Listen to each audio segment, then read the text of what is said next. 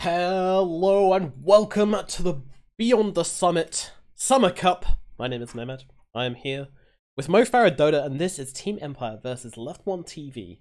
Game number 2. Dude, I'm not even going to let you talk, right? I'm just going to say Empire picked Crystal Maiden, so they've already lost. Might as well just call it now. Alrighty then, game's Jesus. over. This hero got a buff in the recent patch to his Nova, so it does 130 damage at level 1, but they have to pick really strong laners to make this Maiden work. I'm not sure. Team Empire. Not convinced. Alright, so what is it you don't like about Crystal Maiden? The hero's very slow. You can't farm the jungle with Frostbite anymore because it doesn't give enough gold. Like, you use 2 spells and you're done. It's just not a strong enough lane support. We'll see if it makes a difference with this Crystal Nova damage buff, but I'm not sold.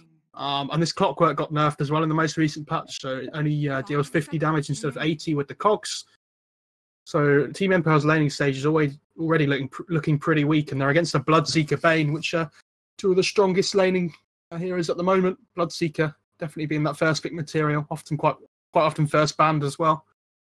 I can just put it in any lane. It's always going to do okay in the laning stage because of the sustain it gives from the Blood Rage.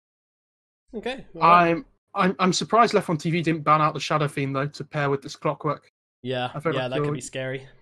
You're giving them away because Naive does play the SF pretty well. I think he played it at Epicenter last time we cast him, so we'll have to see.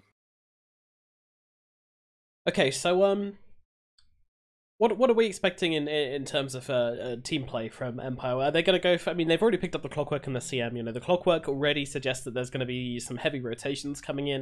We're expecting a 4-position Clockwork, a 5-position, the 3-position Clockwork, and what are Team Empire going to do? I wish I knew, but they picked Crystal Maiden, so I don't know the answer to that.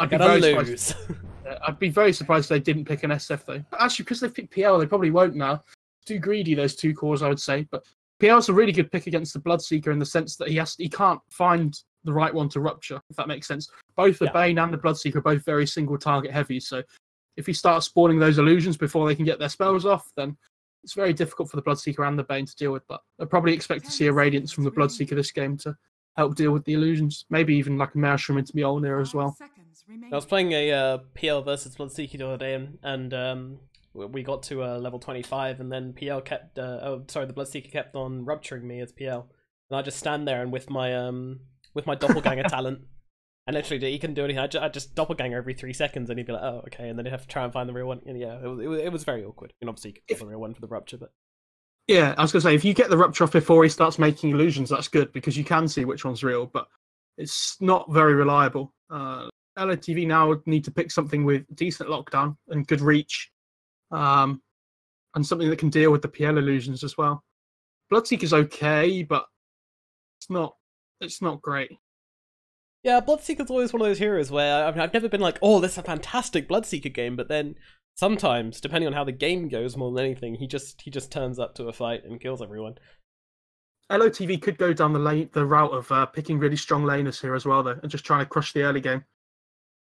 Sure. Wisp still hasn't been picked or banned, by the way, which could be a possibility for LOTV as well. They do have a setup in the Bane with the Sleep and the Nightmare for the relocating. That's true. That's true. Wow. Okay. So that's their answer to PL. Okay. But yeah, very interesting that Wisp hasn't been picked, as you were saying. You know, did you think the change really made that much of a difference to the hero? It really hurts the hero in the sense of the defensive relocates, but it's still one of the best. It's probably still the best support in dual lanes, I would say, in that laning stage. I'm interested to see whether teams can make it work. I haven't seen it been picked yet in a pro game. It's either been just ignored or banned out. I really hope the hero is still viable. You know, it was far too strong before, so they have to make it somewhere in between that it's not completely garbage. It has to be a situational pick, which is, you know, in an ideal world, every hero is a situational pick. It's just really difficult to balance the game out, so it's like that. Absolutely. But, you know, I like what they did to Wisp, though. I feel like it makes it, as you say, a much more kind of aggressive hero rather than a defensive hero, which sounds weird because of the channeling thing, but I think that you can't really use that as an escape mechanism anymore, so... I think if you do go Wisp, you have to build a Glimmer cape as well, though, to be able to do those defensive relocates. Otherwise, it's pretty much impossible. Yeah. And, you know, yeah, it's definitely an interesting way to take it, because previously they've just tried messing around with his, what have they done in the past? They tend to mess around with his damage and his, you know, his stunning and his slowing and that sort of thing, and that's never really worked. You've always gone, like, Whisper's either been never picked at all, or picked, or banned every single game.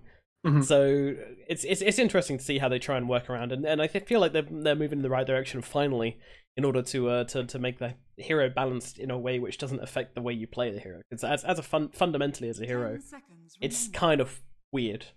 I don't think it's fundamentally broken, as a lot of people say, but it's definitely fundamentally weird. I will say that. Yeah, it's very unique.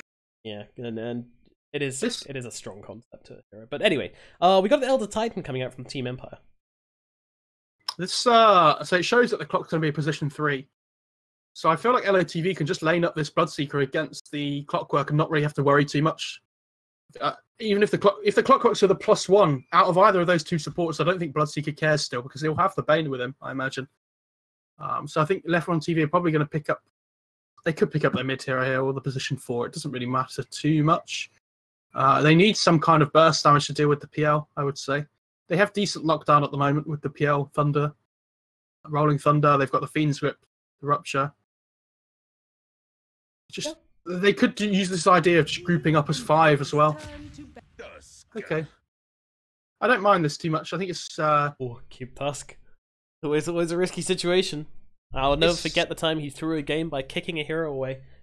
That sounds. I mean, like we said, there's something in the air at the moment, so we'll see that again, I imagine. Yeah, probably. It's been an interesting game 1. It's very good at getting people out of cogs. If you're just blinking and snowball them away, it's very good at saving them from the Elder Titan splitter. So, you know, you just blink and snowball them again. There's lots of... I don't like it too much against the PL, because he can just doppelganger over the shards and such. But it's very much already countered by the PL, but for everything else, there's Mastercard and Tusk. Like, when you're against this Crystal Maiden, though, it's so good. You can just run her down. Like, she can't do anything.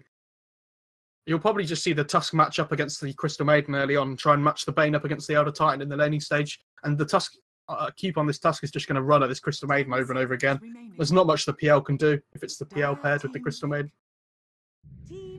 Question is, will we ever get to cast a game of Cute Pudge? No.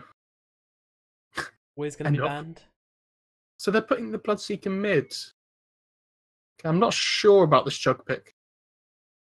When I think of Jug, the first thing I always think of, and I always say this, is can you spin TP out for free? Wow, they did go for the SF in the end. Oh, okay. Greedy boys, Mr. Empire. Can you go for a TP out in this game? You're against a Clockwork hookshot, so no. But that's the only thing that can stop it at the moment. Okay. Unless they split her like 5 seconds before, and then someone just stands in the middle and... Let's be honest, with the way these games have been going, I don't think it would even surprise me at this stage. So while Gamama's playing Bloodseeker, and Storm was playing Jug, but I don't think that shows about which lanes they're going in. They might swap still as well. I think you have to put the Bloodseeker mid here. I think so as well, yeah. Unless the thing is about the SF though here, that you're playing it into the Tusk, which if the Tusk rotates mid, it's so easy if they put the Jug mid with the Tusk. There's such good kill potential there onto the SF. Naive has to be so careful. If he gets like put in a position once where he gets sharded in and snowballed on, he's probably just going to die to the spin from the Jug. That's true. That's true. I think this high ground vision mid is going to be really important for both teams, so they can spot the rotations. And LeftOneTV are going to be out for blood in this middle lane. You know, we saw it last game onto Naive, and this game it's going to be the exact same thing, especially when you're against a Shadow Fiend who's been fed these souls by Clockwork. Yeah, I feel like LeftOneTV are going to be looking to make Naive perhaps feel a bit naive to pick this hero. But he does start with the souls, with the cogs, so it's not a massively greedy lane with this SF. If he can have a good start, then it's really good for him. But I'd expect Cube to rotate in really early and try and put some damage on him and punish the greed from the SF. Otherwise, he's going to have a free lane against whoever he is mid, I feel.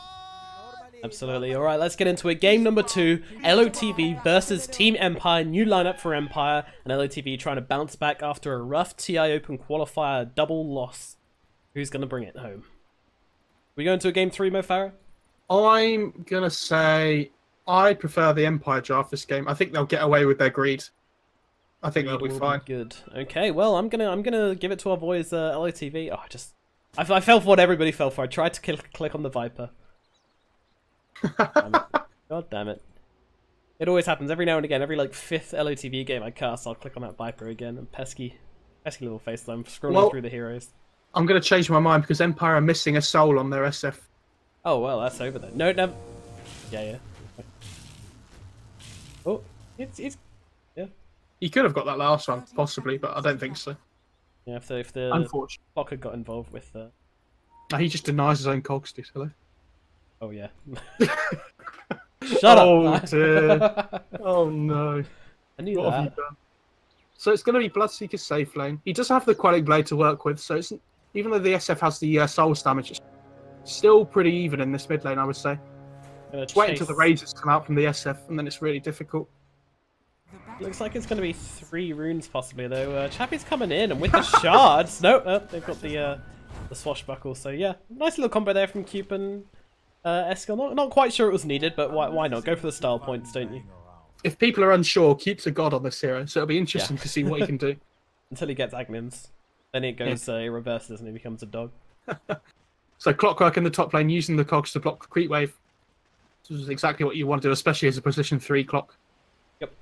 You'll probably just go for the double block on the creep wave. And Clock CM lane, this is going to be something else. I mean, they have some decent burst damage, but I don't think they're going to be able to pressure the jug at all. Oh, Stormstormer took an early cog. Very big. Very large. Bloodseeker's doing really well on this first wave as well. He's very happy. Yeah. Considering all the damage which Shadow Fiend has, I'm quite impressed that Wagger's been able to find these creeps. It's all about getting this level 3, I think, on the SF, and then the lane's much more difficult for the Bloodseeker against these razors. Absolutely. But still, naive. Not off to the start you really want when you get these cells, but I'm sure, as you say, the razors will come into play. Bottom lane, Chu is just fighting it up versus Cube and Eskil here, just flat out man fighting them. And there goes a swashbuckle as well, so a lot of damage out onto Chu here, and yeah, little Astral Spirit will chase him down as well. I'm very surprised that Cube didn't go for a Stout Shield or an Orb of Venom. He went for the Windlace instead, which I don't agree with when you're having to battle up against this Elder Titan. I think you want the Stout Shield, but yeah, I think I would agree. Especially when you're against this double melee lane as well. I think there's not much value in the movement speed there. Oh, top lane. Cogs out onto Poverty. Trying to get away, but there comes the Frost from Human. This will be your first blood. Afterlife takes it. Oh, Crystal Maiden's back, boys. Coming to a pub near you. Yep, that's it. She's officially back. 1 kill in the laning phase, and look at her. She's just jungling up. Look at that. Madness. So much. You make it sound like it's so hyped, dude. So I can't do it though. I'm not good enough at Dota to know what good and bad plays are, so I just hype everything and hope for the best. Failed shards on Cube in the middle lane. Means that Shadow Fiend gets away. Did you know I have a 10 win streak on Crystal Maiden? Pretty big. Oh, yeah. When's your last player? 2015. Sorry? Yeah. 10 years ago when she was good. Yeah. Well, this the laning stage is going pretty well for LOTV at the moment, though. But I think that's to be expected when you have the SF and the PL. Yeah. And you have a Crystal Maiden as well. So. It's... You know, the clock's doing pretty well up here. You know, he's got himself 7 denies and 9 CS. Of course, some of those will be cogs. Yeah, they'll probably all be cogs on the Clockwork, to be honest. You reckon 7 cog denies? Yeah, it happens. Oh! Well, Poverty getting frozen up. Can they bring him down? They have the couple of battery cells coming through, and okay. That was very slow from the Maiden to wake him up there. Yeah, yeah, and she had a Mango and Frostbite available if she wanted to do something as well. So the big play would have been to Mango, Frostbite, and wake him up. But unfortunately, yeah, the hot air has been getting to everybody's brains these games. So no criticism. We get into our casting as well. I feel like LOTV should be trying to fight more in these side lanes as well to help the Bloodseeker in the mid lane. Just because as soon as this thirst starts stacking up, I feel like he can just run the SF down. As long as he doesn't get like double raised. Every time I see a Tusk in a game, I'm expecting him to be like throwing out shards and trying to catch people out. And we haven't really seen that so far from Cube. He's made 1 rotation to mid lane. Didn't really work, and now he's kind of like sulking about it. I know how it feels though. Playing Tusk right now kind of almost always sucks. Like, as a Tusk, you want to be roaming all the time. And in the way the game works right now, you just don't really get that so much in the mid game, or at least not successfully. He has Does an have invis rune though. This could be big. Wagger's going to come in. They don't have the mana for blood, right? Oh, they do now. Never mind. He's in trouble on naive. Surely, surely. Sort of snowball as well. And yep, there you go. Shard straight out, and Naive trying to get the couple of extra Shadow Razors up, but in we go, inside our snowball, and they will take down Naive. No issues at all. So making good use of that invis rune. I just started saying it sucks, but Afterlife, down at bottom, he's gonna use those cogs, but gets himself stuck inside with Stormstormer, and then there's a cheeky little brain tap from Poverty to finish the job. Yeah, good kill. Clockwork's kind of one of those heroes that if you really bully him in the lane, he gets level 6 and he still does things, but if you give a Clockwork levels and farm, he can be a real nuisance in terms of tempo control. Really want to just try and keep him down and hurt. Oh, nice snowball down the bottom lane from Cube, though, dodging that over T as well, top lane. Oh, Eskill, though, might be dropped down. Bane. Yeah, we'll see Eskill being run down, trying to get to the trees, but no, Chappie finds him. Chappie is there, and he takes the kill onto the two heroes dropping on the side of LOTV, and first 2 deaths they've had. I kind of messed up on the top kill a little bit. What actually happened with the... Oh, they just frostbited. The Bane got the rune, the bounty rune, but... Oh, actually, I don't... Yeah, no, he did get the bounty rune, but they just frostbited him up into a battery assault and killed him off. Wasn't a massively big play, but kill nonetheless.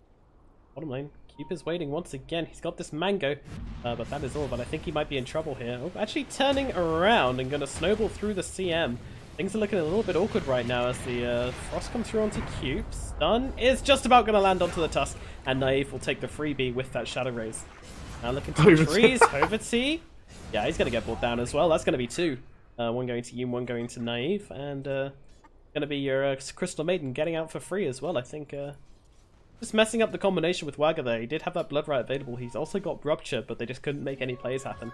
And Wagger decided, you know what, guys, you guys go feed him. I'm just going to farm. Stormstorm's doing a really good job on this jug in top lane as well. He hits his level 6 and he knows that Clockwork can't come anywhere near him. But he's looking, he just runs at him over and over again in this top lane. And he's not too worried because he knows he has the spin, he has the Omni Slash to work with. And there's really high kill potential up here for the jug. And pretty much none for the clock. Because not only does Jog have all of these utility abilities, he's also got the healing ward and a very fast attack speed that he can use to get out of these cogs quite quickly. So really no threat for Stormstormer up here. It's a great lane for him. Down in the bottom lane though, they find Eskill, and it's going to be a snowball out from the Tusk, but it's just going to be back onto his own groups. Chu is chasing though. He's got his Astral Spirit available, and look at the damage coming out from him. Cube just getting destroyed under his own tier 1. This Crystal Maiden's actually playing really well. She's been involved with 6 of the 7 kills. And so she's getting some early farm online. That's really helping, and she's using these... her skills are so good early on into the game. They do so much damage, but you often don't have the mana to be able to spend them. But she's bringing Clarities out all the time, bringing Mangoes out, and she's getting involved in everything at the moment. Up there. Leap. Onto Afterlife. And Stormstormer coming in. The Cogs is out. Do they have any interruption for this TP? They certainly do not. Afterlife does escape. They did force him to TP all the way back to base, though, so this is just going to secure more free farm for the jug. They did. Would they have got the kill if they'd used Omni Slash there rather than spin, you think? Possibly, but I don't think so. He's so tanky that I don't think it would have made a difference.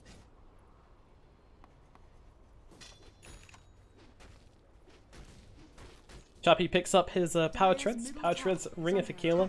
Good, okay, 40 CS, but Stormstormer is a real winner of this game so far when it comes to farm. Chasing down the Pangolier, actually. Now Cube comes and shows us his face. And, well, Cube's face is enough to make any Harry run in the other direction. As soon as he pops that doppelganger, he has to be super careful not to get caught out of position by this ice shards. Yeah, exactly. Very easy to just feed away your life there. Level 1 doppelganger means very Top long cooldown of 25 seconds. Chasing the clock, round the tower we go. He's got those cogs available in 2 seconds, which means this is not going to be a kill. He had phase boots on the clock, so he's able to just run away from the spin. Chappie? Oh! Finding it up with Cube, who's going to get it out? It's Cube who falls. Chappie does survive, more TP back to base. Meanwhile, up at top, Afterlife still playing around with this Juggernaut, but he's now got his healing ward out, so Stormstormer will be tip-top and healthy. Meanwhile, Poverty just playing around with the Crystal Maiden, and now Wagger comes in with this silence. Yum. Oh. Ooh, Wagger Did he get the heal off from the Blood Rage, right? Yeah, I think he did. That's Just what kept them alive from the two razors coming in from the side from Naive. Very close. Do you know what the play is this game? You trap someone in ice shards and then you rolling thunder in and just hit them over and over again in the middle. Yeah, I've actually. Oh, Can you take someone inside? Can you what? Sorry. Can you take someone inside the snowball when they're rolling thundering? I very much doubt it. That sounds like it would be ridiculous, like a rolling thunder inside a snowball. Yeah, exactly. Double balls. Oh, okay. Anyway, Afterlife. No. Kind of watching Stormstorm farm up here. Right? I don't know really what he's doing up here at this stage. I was just gonna wait for the runes. Okay. Meanwhile, Hoverty. And it Hume. Might go for the rune here. Got asleep. We'll use it. Haha, my bounty. Will he get away with it though? Stormstormer comes in and looking to help get this kill onto the Crystal Maiden. Oh, Afterlife though with the cogs to save his support. What a hero. Omni Slash comes through, but the last bounce is onto Chu. Might keep Afterlife alive. Now finding it up. You meanwhile managing to crawl away. Hoverty gets blown up by Naive as Chu continues trying to chase down Storm. Meanwhile, the Bloodseeker, well, he's jumping into this fight, but he can't quite find a target. He actually went and chased down the Crystal Maiden because she was so very low. Yum doesn't manage the Great Escape, and we say force back the Shadow Fiend, but Shadow Fiend, he with that smart TP did mean that he survived. Bargomar was loving life there. The Crystal Maiden got really low at the start of the fight, and he's like, "Oh yes, I just get to be 500 movement speed the whole way through. This is great." I love it when you save your supports on no HP. There's some points where you should just kill your supports. That was one of them. Esco is level 6 now. Esco is level 6 now on this Pango as well. So he should be looking to get more involved in these fights that are happening around the map. And he's actually going for a Vanguard first, which I think is the right play up against this PL. So you can build up to a Crimson Guard later. Yeah, block some of the damage from the illusions. And it allows him to shield crash in, no problems at all. Like Swashbuckle shield crash in and not be too scared about losing all his health to these illusions. Chappie is fighting pretty well on the PL though as well. You know, he's getting there. Yep, going for a hood of his own actually. And Skill, he's going to pop the ulti to try and get away from Chappie here, and Chappie just doesn't have the abilities to chase him down. Could have... No, it would have been insane chase. Yeah, he could have... Does he have max Phantom Rush? He does. No, he doesn't. Oh, wait, he got... It's only level 3. He couldn't quite... Cube. Oh, that was a bad move. Yume catches them under the tower. He thought he'd have help from Wagamama, but Wagamama got caught off by the clockwork. Waga could be in trouble here. It's Afterlife just chasing him down. Waga can't make it to a shrine. Yes, he can, but the raise is there from Naive. Shadow Fiend on point. He's actually getting Shadowblade on the SF, which I'm not too sure about, but it just gives them really good initiation. Yeah, when there's a Bloodseeker in the game, I'm always worried about going for Shadowblades, but, you know... I don't think you should worry about that side too much, though. You really want to be able to use the Shadowblade to move around the map past the vision and things. That's the main part. And I think he feels like he has to be the one making moves this game to make space for the PL. So try and get involved in the fights and move past the detection to get some big Requiems off, I would say. Skill looking here at mid lane, actually going to pop that ulti nice and early, jump straight in on this one, trying to get around the tower, trying to do some damage and disrupt this fight. Naive unable to get off its ulti, they just keep on cancelling it. The Swashbuckle is not enough to finish off the Shadow Fiend. Can they finally bring him down? Meanwhile, Hoverty just gets annihilated, as does Stormstormer as well. Naive turns around with the raise to get that one, and it does look like he's going to escape shards. It's not enough. It's not enough damage. Escale on the Pango. Oh, Chappie's giving chase, but Eskel makes it up to the shrine, which is gonna save him from those dastardly illusions. Stomp comes in from Chu just cause. That rolling thunder from Eskel there in that fight really didn't do very much. He didn't get the right angle that he wanted and couldn't find anything to bounce off of, so hit the SF once and then just kind of went round in circles, unfortunately. Yeah, it was pretty funny that the Shadow Fiend was almost able to get off a full Requiem without, and it wasn't even the Pangolier who cancelled it, it was the Bane that cancelled it. Just, not able to do anything in that rolling thunder. What's Wagamama building? He's going for Blade Mail, and then I'm not sure. I'd like to see him build either Mjolnir or the Radiance afterwards to deal with the PL illusions, but I feel like they haven't really stopped the PL or the SF from farming at this point in time, so they're kind of just getting into this mid game now where they feel like they don't really have to worry about dying too much. Yeah, I'm not sure if the PL illusions are going to be that much of an issue this game, especially when Cube gets his 15 talent. And you know they've got the Pangolier as well, but definitely it helps you get a little bit more damage off in the fights as well. Like, Yume is just about going to escape this one. I mean, you're rupturing a maiden, you're not even killing her. That feels so bad. That feels pretty bad, yeah. Things are getting awkward. Well, they might take a tower at least, but up at top lane, Empire doing exactly what they did last game and just seeing the pressure on their map and applying pressure elsewhere. Yeah, he's looking for an S-skill. Does miss once again onto a Naive as that gets inside the cogs but pushes Afterlife out. And, well, finally comes out of the Rolling Thunder, but Naive is just doing so much damage, and there is a wonderful raise combo onto Waga to take him out. Yeah, I think the Pango is going down as well. Naive actually misses the raise, but it doesn't really matter, or does it matter? There's an urn on him, I think he's dead. Yeah, he's going to take down. Last bit of health goes down. Choose staying nearby for that XP, and of course to watch your enemies in the eyes as they die.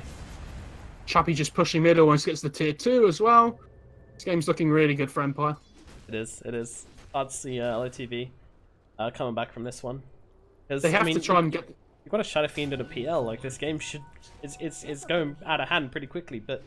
You know, LOTV, they've got their Juggernaut, who's doing alright, and...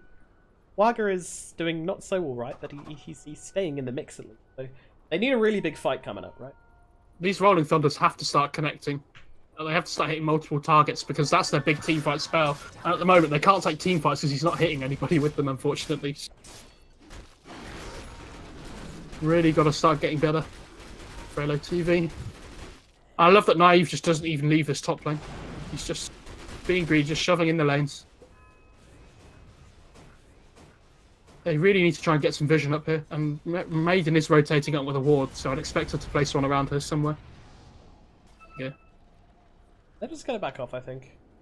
So if Poverty makes himself an easy Bane's target. level 4, and it's 16 Yikes. minutes into the game. Yeah. Like, they don't even have Fiend's Grip available. How are they locking anybody in place when they're missing Rolling Thunders? Everyone's just doing whatever they want in these fights.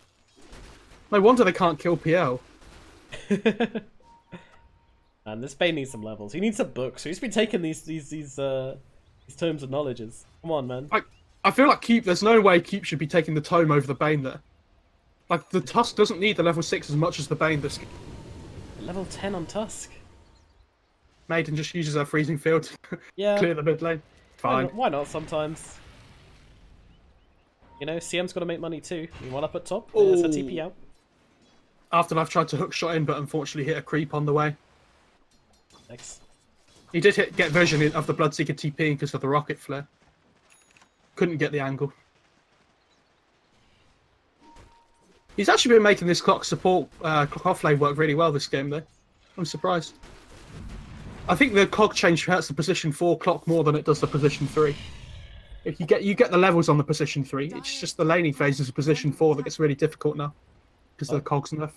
Wake up, LOTV are going for something here, and boy do they need it. But look at Afterlife positioning here. This is so good from him. Just going to pop the smoke completely. They know exactly where he is. They will get the snowball off, so maybe Afterlife will pay with his life for this one. Below, Naive. He's thinking of popping up this ulti. They're just going to let Afterlife go down, and Naive will clear off out of here. Just fake pumping it over and over again, like that. Still is. He might go here. Yeah, he's going to drop it and try and get the damage off onto Waga. Doesn't quite work now. The Rupture is out. Chappie's got the defusal. The TP adds onto this. Oh, look at the damage. Cube just being chased down. Cappy actually considers going for a TP, cancels it, and now comes Eskill with that Rolling Thunder, and they do finish off that Phantom Lancer. Naive Invis trying to get out of this one. There is no vision for him. Meanwhile, Chew being chased down by Eskill and Stormstorm. Yum coming into the trees to help out. Actually just going to TP herself away, and with the Rolling Thunder, the Snowball coming through, both Chew and Yum will eat the dirt. And it's going to be a successful team fight for LeftOneTV. Slightly questionable, but Empire decided to go in after their Clockwork got picked off there. I'd expect that's kind of a fairly good indication to leave the fight, but I guess they just got a bit carried away. They had an advantage and they wanted to make the most of it. I feel like both teams have been doing that so far in this series. You know, they've just been making some silly mistakes that we don't usually see from them. Unfortunate, but... Yeah, I agree. They can't really take fights without the Clockwork because he's their main way of initiating. You know, unless the whole team just group together for the stomp and just don't move. I don't really see that happening. Is this Bane level 6 yet? Oh, he is. Okay. I think he was... That Rolling Thunder was really good onto the PL this time, though. That's the only reason they did better in the fight, I feel. Because they actually locked somebody down for a significant amount of time. Fantastic. Very good. Uh-oh. Afterlife gets called out again. Just being caught by Cube and Waga. And Not a lot he can do about that. People in his cogs means he doesn't really do a whole lot. He's gonna die. With the Vanguard onto the Pango as well, he's become so much more of a nuisance. Like, you have to be able to deal with this guy, but he's pretty tanky now. There's not a lot of magic burst on the side of Empire apart from the SFO on the Razors, so... Thinking about it. Skill. I feel like Pangolier isn't a particularly S-skill hero though, is it? Like, I don't know, we more see S-skill on the... Oh wow, CM just ulted again for the creep waves.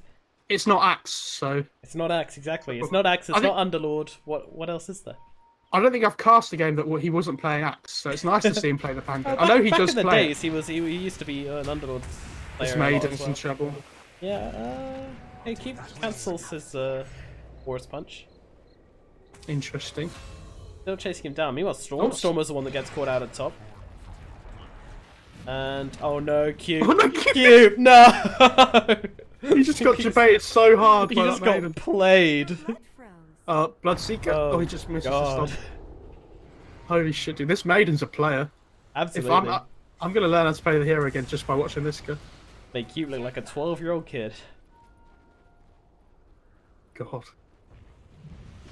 Well, here we go. Top tower being taken down. I mean, they lost their Juggernaut. They lost their Tusk. It's very difficult to defend this one now. Esco's going for the Blink next, which I like. It's going to allow him to hit these really good Rolling Thunders. I'd expect him to get a Maelstrom as well at some point in this game to be able to deal with the illusions from the PL. You know what else is, at least he'll be able to cancel some of these Requiems with once he gets a Blink Dagger, because he's been really, I mean, Naive's just really good with his positioning, making sure that he's not in the line of the Rolling Thunder. He's doing a good job. The Lincoln's is okay, like this game on the SF. It stops the Rupture, it stops the Fiend script, but they have ways of dealing with it first. Like, I'm not completely sold on this item. I feel like they should be...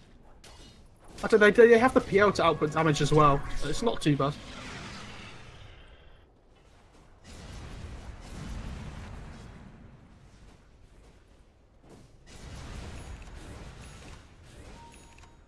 Now he's making the most out of this regen rune, just sucking up some creeps and spamming out raises. It's turned into a bit of a farm fest now for the next few minutes, I would say. Or for the last few minutes. But I think both teams are quite happy to just farm at their cores at this point. The LOTV side really want their Radiance on the Bloodseeker. I imagine that's what he's going for. He's got the, over the 3,000 gold saved up. And both teams need to try and fight around this Roshan pit now. If you win a fight when you're playing PL, you can just move into the Roche pit and take it relatively easily. Well, yeah, they're just going to smoke straight into this one. Meanwhile, Storm's actually got a Shadow Amulet. He's basically got an inventory full of incomplete items. He's got a Yasha, a Maelstrom, and a Shadow Amulet. What's this guy doing? Meanwhile, they do find Wagamama, actually, before they go into Roche. They were looking for a pick-off. If LOTV get the tier 2 here, though, then that's okay, but he really wants this Relic online on the Bloodseeker. Really slows down his timing, which is unfortunate. And if Chappie just trades these tier 2s here, that's a very big win for Empire. This is kill time for Bloodseeker. Like, this is the time of the game where you want to be ahead, you want to be killing people, and the fact that the Empire seem to have such a firm grasp on this game, it's very, very worrying for LOTV. They've just lost 2 tier 2s as well. There's only these 2 bot towers now, so this means that LOTV don't have any control around this Roche pit apart from the Shrine, which I'm sure Empire are going to ward up very soon.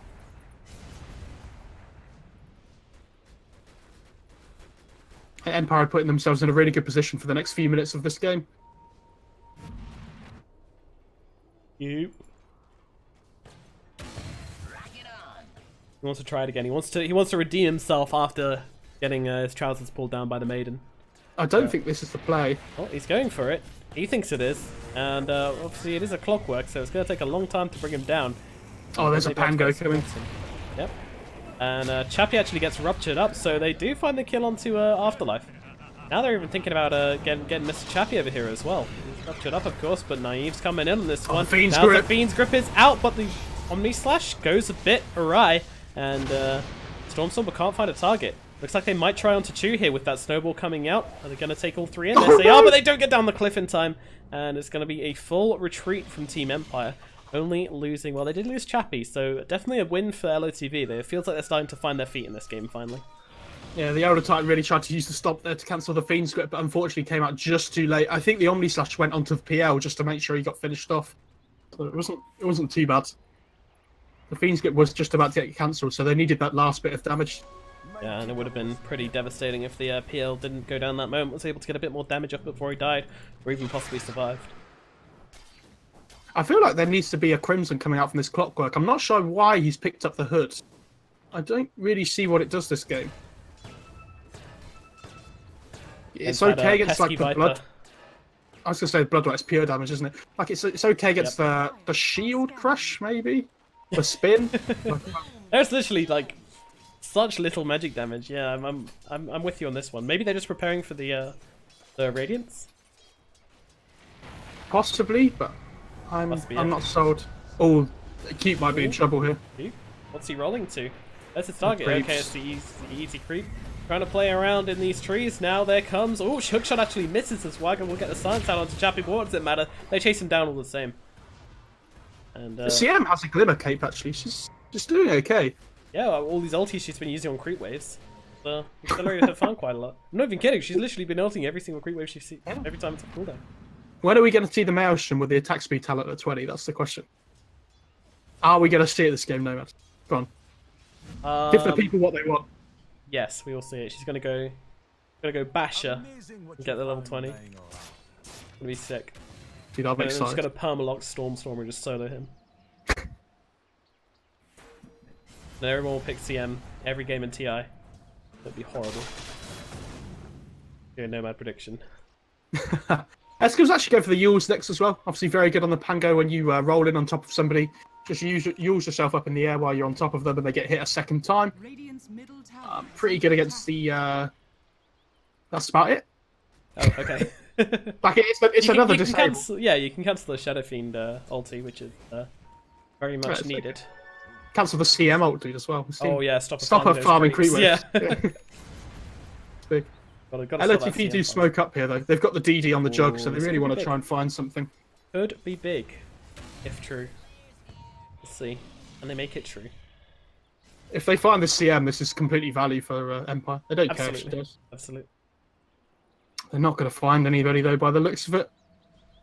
Unless Empire run into them. Yeah, although they're moving in the right direction, LOTV, and this is going to be not taking the high ground. Cube jumping in, can't find the punch though. Cube just gets completely confused. They do find Naive, however, and that is a big target for them. Sleep is out, however. Chappie wants to go in on this, jumping up into the high ground, and the Earthspiller lands onto all four of them. And Naive actually buys back into this one, pops that ulti, takes down Cube. Now looking for more as they're chasing down LOTV. Stormstorm taking so much damage from Chu right here as he goes for the sleep and does land it onto the Juggernaut, the all-important Jug. And now Naive just up onto the high ground will take him out. A TP out from the Bane, but Angela just gets the tree line. Not a good fight for LOTV at all, though, as Empire just dismantled them. That looks really good, and then four of them got hit by an Earth Splitter, and the fight was just over then because Naive bought back as well. Yeah, he was really trying to get. He was really trying to get a last hit on one of the heroes to get all his souls back, but Chappie just sold them both off him. It's great. Yeah, he nearly took down Cube, but that would have been fantastic for him. But alas, it was not to be. This is really not worth for LOTV because they're giving the Roche away as well. 5. Yeah. And they don't have any buybacks, so even if they wanted to contest this Roche, they wouldn't be able to. Here comes Keep, dude. Are you ready? It's taken a long time. Oh. Here we go, here we go. He's going to go in. He's going to do it. He's going to make the plays. Save the day. Come on, Keep. He's done it before. He can do it again. Nope, they find him. I think the dream is over. Hook He's going to go in. He's going to go in. Nah, oh, he can't reach. Oh, he gets there. He gets there. He's on the Aegis. He rolls into the Roshan pit and takes the Aegis for himself and actually stuns up Naive. Remember, Naive does not have buyback right now. And there's that Aegis pop, but Naive's doing a lot of damage. They take him down, though. And LOTV looking fantastic for this fight now as they look forward onto Afterlife. Afterlife just trying to get up onto the high ground, get himself out of this one. But Chappie is in, and Chappie will take down Eskil. The Pangolier is down. Bloodseeker also getting annihilated. Stormstormer just can't get his damage off from these team fights. He's got Omni Slash in 2 seconds. And has the stick to get his mana back for it, but looks like they're going to disengage. They'll be happy enough with what they got. Wow, what a steal from Cube, though. He got the vision with the shards into the pit, so even though he was stuck in the cogs, it didn't matter. It just meant he could just snowball into the pit still because he had the vision. And but you know what what? a play You, by you, him. you have these plays where one team might be lacking the vision, and then a Tusk just kind of sends down his Frost Sigil and gets the roll in and steals the Aegis. But this was Empire knew exactly what Cube was trying to do here. They knew for about a minute beforehand, and they sent 2 heroes to try and stop it, and they still didn't manage to. I mean, that in itself is so impressive. Cube, the man of the hour. Unfortunately, looking like it might not be enough to save the game. Still a net worth advantage for Empire, but it's been a wild ride if you're looking at that net worth chart. Look at the all-important win probability, and yeah, unfortunately it's 75% on the side of Empire, so... I'm not sure about the Shadow Blade on the Jug. I think this is an interesting pickup. What could he cancel with the Silver Edge? I mean, you can get rid of Presence of the Dark Lord. Yay. ET. And the CM Aura. Oh, yeah, that's true. That's true. And it gets rid of the Juxtapose as well. On Turn the PL, off which the is the biggest Energizer one. Bunny. If you break the PL, he stops making more illusions of himself, which is the biggest one. Yeah, that's Well, what I was even thinking, so, but even then, it's not fantastic. I'm not sold. Like, it help again. It's the same that I talked about before with the SF though. It helps him get past the vision and the wards from Maybe he's just Empire. gonna ulti Jug. Oh no, cancels it. We'll settle for some right clicks instead as Chappie comes in. Stormstormer could be in trouble. He goes for the spin, but there's that hookshot coming through. Stormstormer can TP now if he wants to, but he knows he'll just get eaten alive by Chappie if he tries it, and Stormstormer will go down. Chu actually gets the last hit somehow. Oh. Did you see that? Yeah, Chappie just sprints into the bowling ball, gets knocked back. Hit me! Please, hit me, please! Boing.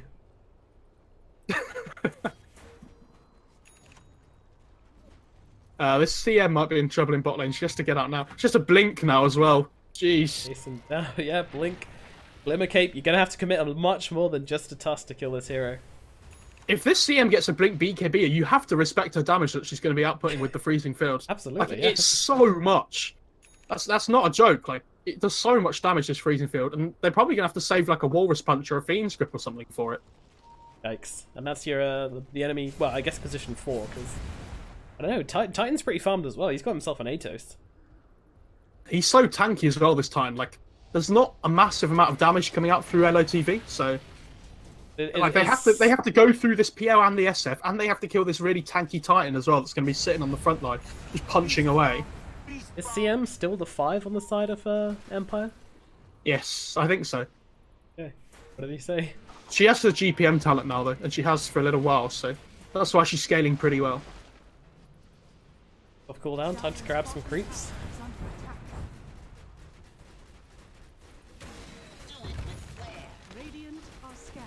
Chappie just knocking down on this tier 2, and with the help of Naive as well, it just doesn't last very long. Both these cores have Lincolns now as well. Yeah, that's absolutely huge versus the Bane versus the even the Juggernaut just block his Omni Slash, stop him getting those cheeky solo kills.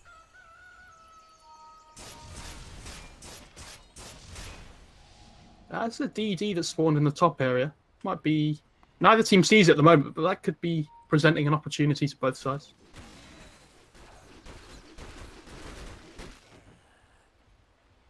I just don't understand this Jug build.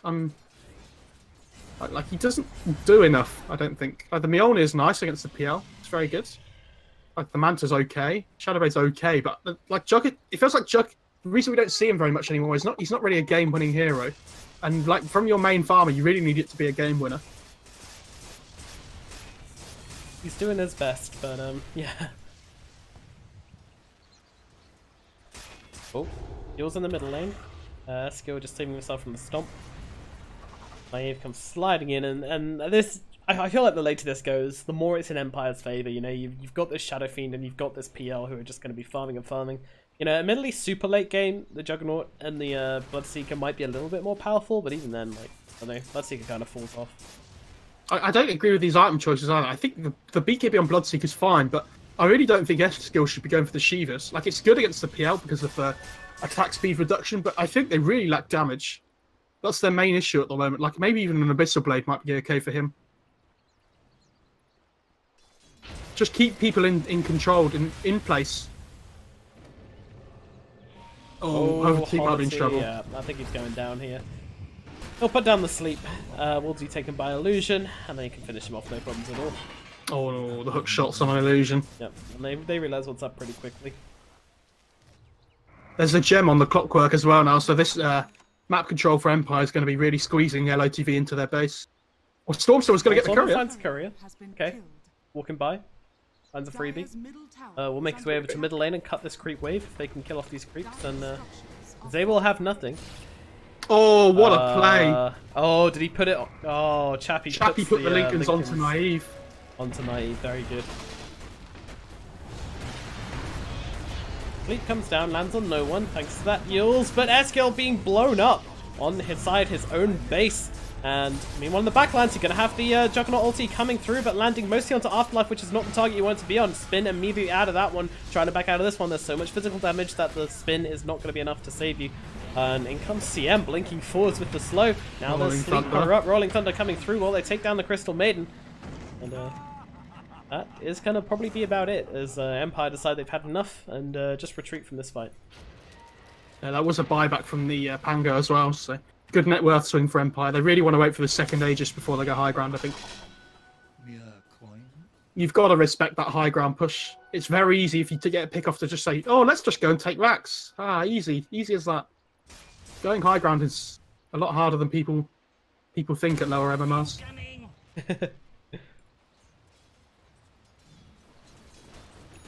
Well, Butterfly coming forwards from Chappie.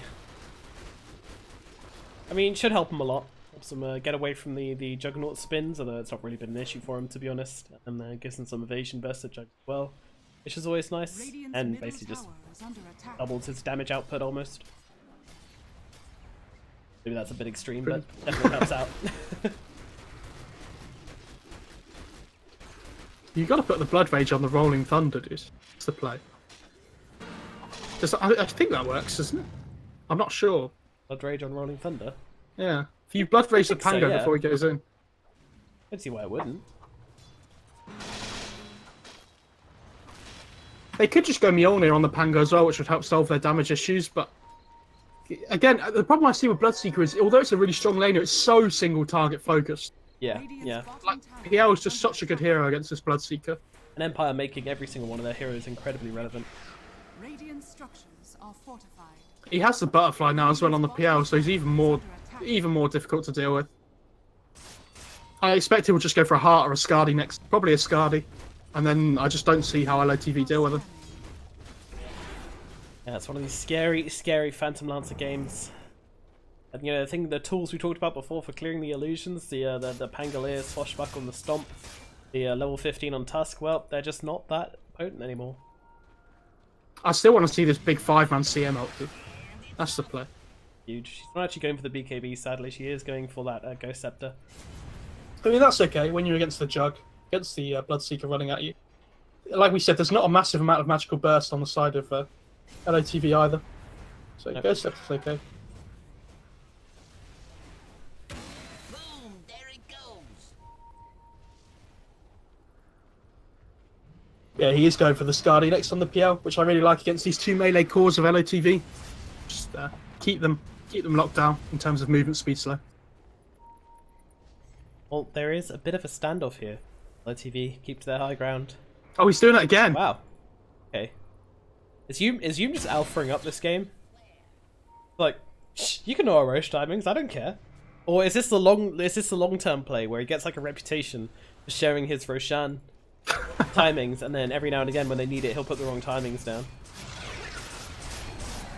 I feel like if you make that mistake once, then it's okay, but you shouldn't make it twice. Hume, please stop giving the enemy critical information. Ooh, Sentry is down, and look at the placement of the Sentry. Wow. Not quite spotted by the LOTV Sentry. And gets the Sentry. Gets the Observer of LOTV. So now they have the superior Roshan vision. Roshan has just respawned, literally the second. It's all about controlling this Roche pit now. Chappie's doing a really good job of pushing this bot lane in to force somebody to be down here. Empire can just go in here. They're smoking up. They're going to go for a pick-off first. You really want to find a pick-off before you go into the Roche pit. Absolutely, especially in games like this. If they get Eskil here, this would be huge. Wagamama, they jump straight forwards onto him with the hook shot, but does get that BKB off. Now the AoE silence, but he just can't find himself a target. Wandering around, looking for you to look at me. Meanwhile, Naive will pop the ulti, and now the Rupture is popped onto Chappie. They get the real PL, but Wagga just having to back out of this fight a little bit, but in the front lines, it's Stormstorm who's been able to do a lot of damage, and Chappie does go down to Cube after all. Gem on the deck, but Cube's coming back in. He drops forwards, he gets the amazing shards off onto Naive, blocks him off completely right now. They do have the sentry, but what's it going to do? Meanwhile, Wagamama just chunks away Afterlife, and well, that's 3 heroes dead, sorry. And into the Roshan pit we go. LOTV take a fantastic fight. One thing we haven't talked about is the wombo combo from LOTV with the rupture into the kick from the Tusk. He has Ags now as well. That's true, that's true. I don't know if you saw, but the PL had about 100 health at the end. And Keep went, wombo combo, just kicked him while he was ruptured. And it's pretty big. Pretty hilarious. That's a really good fight though for LOTV. I don't think they bought back on anybody either, did they? They did not. They absolutely did not. Everybody went down. As soon as that PL gets ruptured, the fight's just over. Like, you can't fight that anymore. Yep. Unless, interesting to see what the PL goes at level 25. I feel like the Doppelganger is definitely the one to go for. But yep, they found Yuma and bring it down. No problems at all. But that's fine by Yuma, just to keep the top lane pushed out to force rotations back. Yeah, I mean, and it's also pushing mid, so in a way it's actually pretty good. SF's pushing in bot lane as well, so somebody has to deal with that. They really just want to keep their base intact here, or as many towers as they can, Empire. I really don't understand. I really don't understand this pipe on the clock, though. I'm really confused. Yeah, it's just got to be a fear of the yeah, Rupture's pure as well, so it's just the fear of the Radiance, I guess. Still. It's Rolling Thunder, like it's Mjolnir bounces and things, but I just don't think it's enough. Oh, the hook shot in. Quite nicely done here, and then they'll get him back, and they will take this Aegis. Here we go. It's a Rolling Thunder. Eskil, he's ready. He's jumping forwards. Can he find anybody? He certainly cannot. It's going to be a full retreat He's from slipped up. Hello? Yeah. Having to pop the BKB is not ideal here, but he's got to do it if he wants to survive. Did you see what Cube did there? Yeah, he wasn't sure whether his Bloodseeker was going to... Yeah, he wasn't sure whether the Bloodseeker was going to BKB, so he shards on the high ground for vision on the creeps to snowball him out. Yeah. That's smart. Very big. Now, a full smoke from Empire. Oh, she didn't take the attack speed on the Maiden, GG. Dream's dead, guys. Absolutely destroyed, yeah. She was going for the BKB, I'd understand, not going for the attack speed, but... Okay. Gotta get them, gotta get the basher. Best way to play CM. Both teams just holding the high ground here. They can't... If one team takes a bad fight now, this is... especially LOTV, it's looking rough for them, because there's no buyback on the... Oh no, they didn't buy back, did they? They didn't. Is there buyback on... Eskil's almost has buyback again now, so too bad. Yeah, more or less everybody has buyback available except for Eskil, so... In fact, unless literally everybody. Unless either team takes a really bad fight now, I feel like it's just going to go down to third Roche again. So many games at the moment decided by third Roche.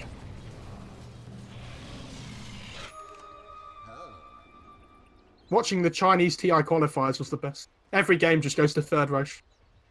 And whoever gets it just wins. And look at that net worth drop though. Empire was so far ahead and it's just disappearing from under their feet so quickly. Boom, there it goes.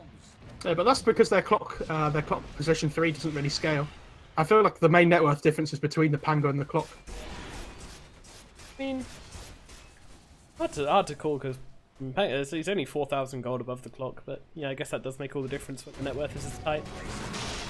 Like it's an extra 40%. Yeah. Pretty good. Yeah, that's a good point. Nice maths. Quick maths. Oh, okay. I heard the Shadow Fiend ulti and foolishly believed that Knife was actually doing it, but he was just cooking it up again. LOTV going for a smoke plate, seeing what there is to see, and now popping that ulti, and now the Rupture, and oh no, he's inside the cogs, and kick him out of there with the Rupture, and that Clockwork is dead, son. Now looking for more. Who can they find? Yume just getting completely annihilated by Stormstormer and the clocks. Oh, what a beautiful shot, but it's unfortunately Chappie. Oh, Chu, stuck, completely stuck. He can't get out of this one. The pathing. Oh no, he gets punched into the air. What can he do there? The Elder Titan just eaten alive, and now, okay. Obviously, he just gets killed by illusions only, but it's fine. It happens. That's life. The life of a 4.5k Net worth Bane. Like, as soon as you take the clock out of that fight, Empire just don't have any team fight anymore. So it's great that you have all this damage on the SF and the PL, but you're not keeping these like heroes locked down. Well, is there any way? Chappy. Yeah, they've got the buybacks, but they really want to get some kills for these buybacks, and LOTV, they force them now just getting out of here as quickly as possible. They need to back off as a team here and make sure Warga doesn't get left behind. Okay, he is TPing up. They'll make it. Really worried for just the random hook shot thrown out, but it doesn't matter. Tusk against Clock. Okay. Keep Blinks away. He's got the Aeon disc on this Tusk as well now, and he's got the... he hasn't even got the HP talent, actually. He's sitting on 2.7k health because of all these items. He's got the Aeon disc and the Axe, which makes him so tanky. Pretty huge. I wonder if he finishes a Spirit Vessel. I guess it's good if the Shadow Fiend goes Ags, but the Shadow Fiend won't go Ags, he's going right click, so... I assume he's going to go for the Shards talent at level 25, but part of me really hopes he goes for this Walrus Punch chance. No one goes for the Walrus Punch have you seen the videos where they, like the Tusks like punch them 4 times in a row and just kill somebody? Just do RNG. It's amazing. I haven't seen the video, but I've seen someone do it in a pub game where he got like a position 4 Tusk just went Mask of Madness and the level 25 talent. I mean, I think it worked once, but he also got him killed, sub-killed like 5 times, so... Feels bad, man. You know, might work. Might work. The dream. I think this Hex build up on the Elder Titans to play as well. He's very far away still. When he gets there, they have to try and build to this late game situation now and build some more control. And the Hex is going to allow for exactly that. He actually takes the -5 presence aura on the SF as well. That is something we don't see every day, if at all. I mean, he has. If he was building for like a Hex or an Elephar, I think it would be fine to get cooldown reduction. But Ponty gets blown up, but in comes the Pangolier, just blowing everybody up, keeping them locked down. But I'm not really sure this is achieving an S-kill. Doesn't make it up the cliff. He will make it with a swashbuckle. Thank the Lord. Would have been awkward if he didn't, but will fall into Chappie, and he's got the swashbuckle available. He's gonna use that. Yule's trying to get himself away, but they'll just chase him down. S-kill, can he make it out of this one? The 4-stop with the hook shot, though. Afterlife is still chasing, and they do get him. Where's the Tusk dude for the kick? Come on, dude. He's thinking about it, isn't he? You know he's thinking about it. Meanwhile, Wagamara actually just gets chased down inside the base by Chappie, which is insane. They have buybacks. They're going to have to use them. Stormstorm's pushing mid, though, at the same time with his illusions. And himself. Real McCoy's here as well. And well, she's going to do what she's been doing all game. Just ulti this creep wave. Get him out of here. Meanwhile, up at top, it's going down. Naive with the BKB, gets off the ultimate, but the BKB is also out from Waga. He chases back. He actually wasn't. He's taking so much damage. He's trying to escape. He's trying to get out of this one, but Chappie is here, having to dive inside the base for this kill. And now with the Nightmare up as well, Chappie goes for it, and he actually kills him. He's just fountain diving here. This is insane from Chappie. Meanwhile, Stormstormer comes in the back line and takes down Chu, and Chappie's just going to die to the Dire. Unreal. Alright, well... that was interesting. If he'd have got the -7 doppelganger cooldown, I think he could have gone for it, because he went for the crit. Oh. That was questionable. Wow. What play. He did get the Bloodseeker, dude, so worth. He did get the Bloodseeker, that is correct. And he only died to the Dire, so... no, that's gold split evenly. Very interesting. 430 gold kind of going around. Oh, each. Yeah, I think that's going to be one where you look back and go, was that really the right play to make? Maybe. Maybe. Yeah, sure. Why not? Any play where you end up in the enemy fountain is probably not the right play to make. 9 times out of 10. Okay, so Empire, it feels like there's kind of this awkward silence over the map right now as Empire were like, well, we could have just really taken a huge advantage there, and instead... they do get Warga's buyback, though, so they kill him twice. Yeah, that's the thing, isn't it? Like, you got to question whether it actually is worth. Like, if Chappie doesn't buy back here, then they're quite happy to just reset the game where Warga doesn't have buyback. I mean, so if they do win the next fight... push. No. So, yeah, the Chappie will keep his buyback, and that means it's kind of okay, and... I feel like it's got to the point now where Stormstorm was actually doing a lot of damage, because he has the MKB as well as the Butterfly now. Yep. Actually goes for the +5 Omni-Slash strikes to the 25 talent rather than the health. Quite interesting. Yes, that's okay. I think that's fine. They, like I said, they lack damage, so they need. He is their main source of damage. He has to get whatever he can off in that Omni Slash.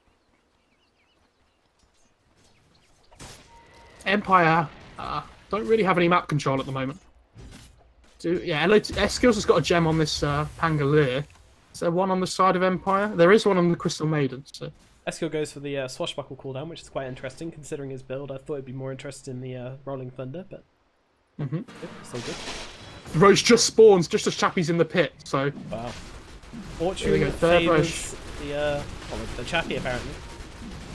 And those crits really do make Roshan quite quick indeed, and add into it a Necromastery aura, and Yume's going to help out as well. And there ain't no way anybody's going to steal this one. Nobody's around. Cube makes his way over, but it's too little, too late. Stormstormer? TP's in. Does nobody want the shard? Yeah, they'll give it to the Titan. He is getting there, you know. He's a slow boy. It's the Titan. Oh, if they hit a double Earth Splitter, that'd be pretty insane. Pretty quite a lot of damage. Dude, if you hit them at the same time, it's 100% damage, so everyone just dies. Easy. 50 add 50 is 100. LOTV just waiting. Just waiting. No one's coming this way. They'll see these Manta Illusions at the bottom and know they're in the jungle, so they just don't really want to fight this. They want to fight... Empire want to fight on their own terms. And PL just flat out buys... God, this guy's got so much gold. Yeah, he does. He actually didn't go for the Skadi, he went for the Heart, which I actually don't agree with. I think the Skadi would have been better here, but the Heart does allow him to dip in and out of the fights better. So it's not too bad, especially because these fights have been going on for quite a while. They have, yeah. I think it'll be worth it in fights. This Nullifier will be a big pickup as well, though, when he gets it. Like, Jug has so many active items. He has Manta, Mjolnir, Silver Edge, and Butterfly.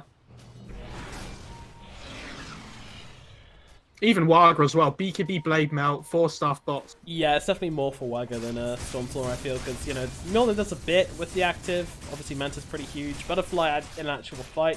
It's nice being able to catch people, but I don't feel like it's necessarily an item you want to buy Nullifier for. The Bloodseeker, however, is just relying so much on all of these actives for him to stay alive. And he's been force-stuffing out of fights, you know. He's been having to BKB, and that's what's been keeping him alive. So it's good against the Pango and the Tusk as well. Tusk's got Nullifier, and Pango has Shivas, Eels, Blink. Hey, Tusk has a Nullifier. Very good. No, Tusk has an Aeon Disc, sorry, is what I meant. Oh, okay, yeah. Go see the Aeon Disc, which is nice. He's actually going Hex on the Tusk as well, which would be huge. Silver Edge is about to run out. Chappie sniffs him out. Yes, the Butterfly. But it's okay. Radiant's top tower is under attack. We're going to make it back to his high ground. Look at this Tusk, by the way. He's far out. I was so excited. I thought he took the punch chance there because I saw him punch one of the creeps up in the air that was on 1 HP. That was No, that's just Tusk doing his thing. That's just cute. Chappie is in, and Eskil. Stop. Yeah, not gonna land. Meanwhile, mid's been pushing as well, and actually they get it. But now they push Naive up into the air. Lincoln's is broken. Yume coming in though. That's gonna be the Aeon Disc popped on Cube. Now Naive just kind of killing creeps instead. Trapped out. Beautiful shards. Now they're popping that Rolling Thunder. They're gonna get him inside the shards. His mouse is popped, and they will be able to take him down. But that's the Aegis coming out. Should respawn exactly where the grave is. Yeah, still cheese up on Chappie, and still that Refresher Shard out on the Elder Titan, so... Yeah, the Ruptured Kick combo kind of worked alright with the Rolling Thunder. I mean, they take an Aegis for free, so... Definitely a bonus for LOTV. They're going to be happy with how this has gone. I mean, they lost a range Rax and a half a range Rax, but I'm sure LOTV are happy with that. It doesn't really matter at this point in the game. Just letting the range Rax go.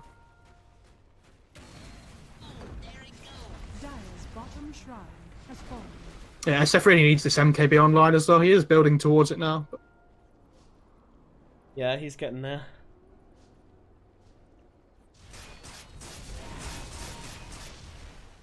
It's just going to be a Mexican standoff now again, I feel. Just for a little bit. Unless someone steps out of position. LOTV are trapped in their base, though, for now. They are. Does favour Empire. Yeah, this is really nice for Empire. Though Stormstormer has braved the the outside world up at top. He's of course got the spin TP, so only the clock can cancel that. So as long as he sees the clockwork on the map, then he'll be fine to stay up here. But the moment he's gone for too long, Imagine Stormstorm would just disappear. Yeah. Clock's actually got a nullifier of his own. Have we talked about that? We haven't. We haven't. That's an interesting one. Yep. Allows him to be the one to break through the Aeon disc. Nice. Yukari doesn't have to commit his nullifier for it, which means he can use it to maybe secure a kill in the fight instead. Cute has the second highest net worth on his team. He does, doesn't he? Okay. Rolling bet. Oh, Eskil. Ice Frog. The Stormstorm was going They for might it commit here. the Omni He's Slash. going for it, but the hook shot is in, and they have found Wagamama. Meanwhile, the Omni Slash going off in the backline, doing a lot of damage to Chu. They're actually going to bring him down, and now, well, Naive just popping that BKB and doing so much damage. Stormstorm unable to fight up against Naive here with all the other heroes around as well. They've already lost Waga. They've already lost Eskil. Now they lose Cube as well. Oh, the freeze! And it's, the freeze is there. Juggernaut's Oh, he's going to be with the brought talent! down as well. Is he going to survive? Yes. No, he won't. Crystal Maiden's level 25 and has the frostbite duration, so it lasts for 4.5 Wow. seconds. Thought it was a while. And now Empire just going to go mid. Now they have buybacks available on every single player on the side of LeftOneTV, so they want to force them all. They want every single buyback. And in comes Stormstormer. Hello. That's dangerous. Is able to escape as they jump forwards onto Naive here. They get the punch off. He's got this satanic. They need to bring him down, but with the kick, they will do it. Now TV gets eaten up as well as Chappie's coming into this fight. He's got his cheese. He's going to pop it. And meanwhile, Wagamama just trying to find the real Phantom Lancer, but Phantom Lancer nowhere left to run. He's going to drop. And there's buybacks coming out from Empire right now. They want to take this fight. They're going to TP in with Chappie. This is so risky. He's up onto the high ground. He's doing damage to the barracks. Bane, the only one without buyback right now. Throw it over. The only one with buyback are Clockwork and CM. But Empire, they are putting it together and they are going for it. They don't care about buybacks. They don't want to wait any further. And they're going to go Stormstormer here. Stormstormer trying to get out as best he can. Looks like he might just survive. But the barracks are the ones which are going to suffer. Eskil trying to just prod at them, keep them away, but it's just not happening as Empire take another lane of barracks. LOTV really want to chase here. Stormstorm's coming in with the Omni Slash up in a few seconds. Oh, hook shot up onto the high ground. He catches too. Now Yume's in as well, popping that ultimate. They'll take down Wagga, and this could be really, really grim as Eskil trying to get away from this one. But all of these Phantom Lancers, the Omni Slash is just landing on illusions right now. And meanwhile, Cube getting pulled back. Yeah, Cogs pushing back. I think this one might be over Mo Farah as they go for the tier 4s, looking to end it out and make it 1-1. Easy peasy, say Empire. We'll just go late game with our 2 cores while your Bloodseekers, basically you're half a support hero. Just pure utility. And Stormstormer just kind of refresher orb spins and dies, just for funsies. And there you have it, 1-1. Empire take a game back. Yeah, when it gets to this late game situation, you have the PL and the SF both 6 slotted. I feel like LOTV with the lineup they have, they just can't match up against it at any point.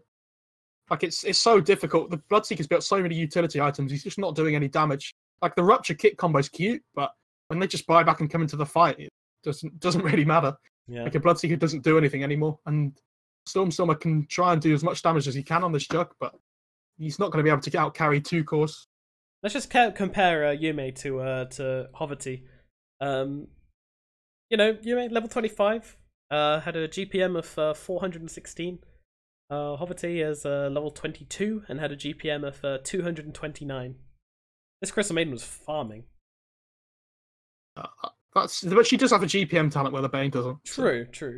That was Still, part of it. Pretty memes. I'm so happy Crystal Maiden won a game. That's true. I don't know.